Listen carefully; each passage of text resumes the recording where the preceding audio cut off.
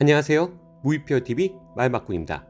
고드 앤드 보이드는 수호천사들의 장, 그는 인과율을 강조를 하는데 전통적 논리학에서는 실제 세계에서의 존재나 사건에는 반드시 그것을 발생시키는 근거가 있다라는 필연적 법칙으로 하고 있는 이것을 인과율이라고 합니다. 하지만 인과율을 벗어난 존재들은 바로 가츠와 해골기사입니다. 가츠는 죽을 운명에서 벗어나 눈과 팔을 잃긴 했어도 그리피스에게 대항을 하고 있고, 해골기사도 마찬가지로 육체는 소멸되었지만 정신의 혼은 갑옷에 남아 있습니다. 작중 고드핸드 슬렁이 이야기를 하길 우리도 신이 아니기에 결과를 예측할 수 없다라고 언급을 하였습니다. 고드핸드보다 먼저 알아야 될 부분은 고드핸드의 위의 영적 대리인 베르세르크 세계관에서 신이 존재합니다. 신이란 어떤 형태가 있는 것이 아닌 인간들의 악의 산염체로 만들어진 것이 바로 신이라 불리는 존재입니다.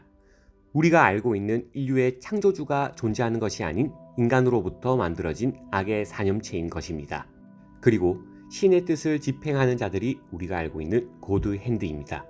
그렇다면 신이 있는데 고드핸드들은 왜 필요로 할까? 앞서 말씀을 드렸듯 신이란 존재는 형상이 존재하지 않기 때문입니다. 그렇기에 고드핸드들은 신의 대리인으로서 베리트에 의해 강마의 의식을 시작할 때마다 그 자리에 가서 의식을 진행하고 전생자가 의문을 제기하거나 망설이면 부연 설명을 하거나 회유하는 역할을 합니다. 인간이 죽음 앞에서 신이 운명을 정하고 고드핸드가 인간성을 버린 사도화를 결정을 짓게 만든 겁니다. 일반적인 사도의 전생과 고드핸드의 전생은 차이점이 있습니다.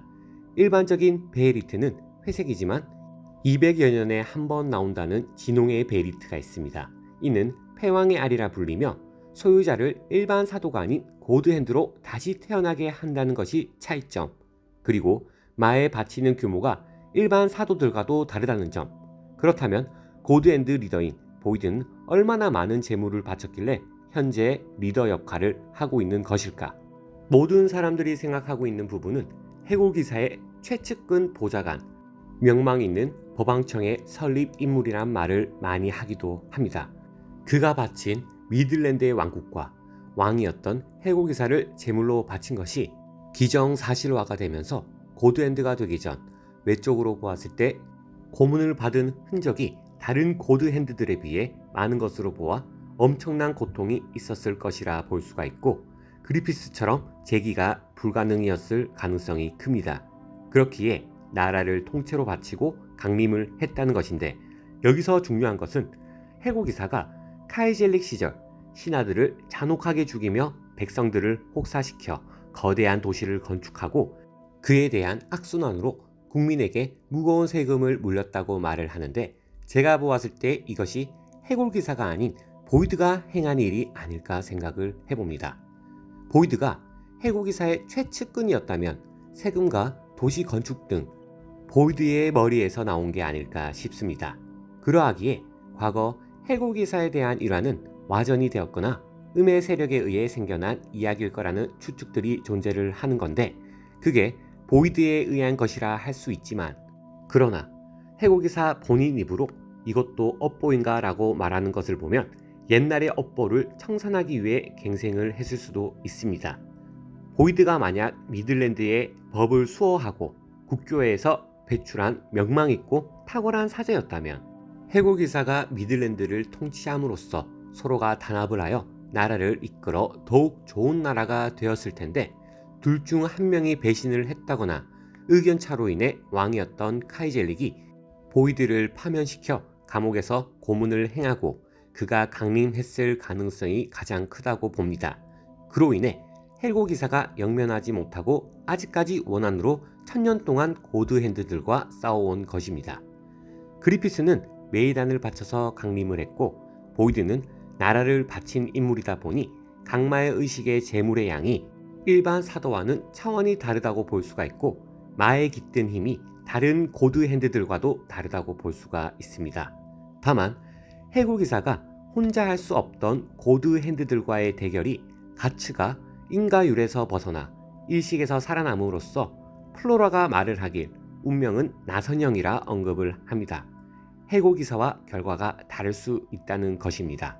하지만 여전히 해골 기사는 1000년 동안 보이드를 죽일 수 없었던 게 사실인데, 제가 보았을 때 개인적인 생각이지만 보이드는 단순히 고드핸드의 집행자가 아닌 그의 정신이 신이고 육체만 계속 존재하는 인물이 아닐까 생각을 해보았습니다.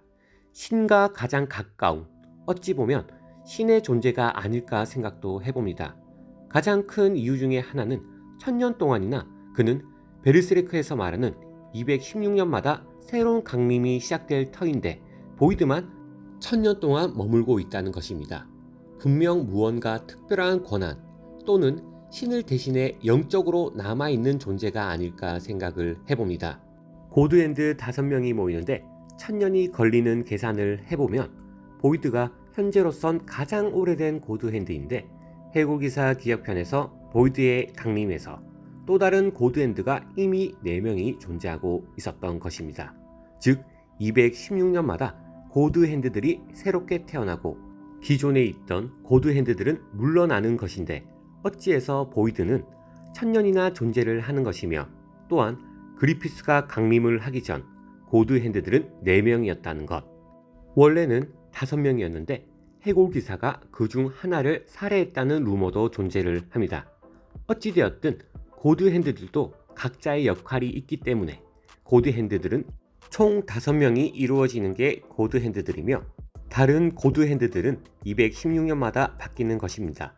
하지만 보이드만 유일하게 바뀌지 않고 고드핸들의 역할을 하고 있는 것입니다.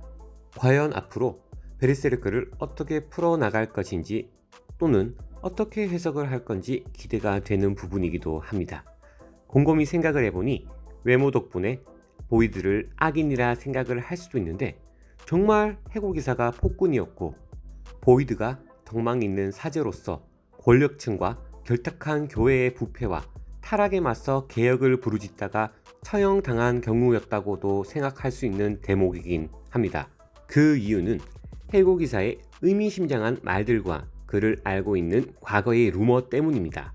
과거 샬롯트가 말을 하길 황제는 적에게 무자비하고 용서가 없었기에 마왕, 죽음을 끌고 다니는 왕이란 별명이 있었고, 세르피코조차 광전사의 갑주를 보며 전설에 따르면 적뿐만 아니라 아군에게도 공포의 대상이었다고 합니다. 압도적인 힘에 외경심을 품은 것도 있지만 주위에 있는 자들은 모조리 적과 아군을 불문하고 해치웠기 때문이라 합니다.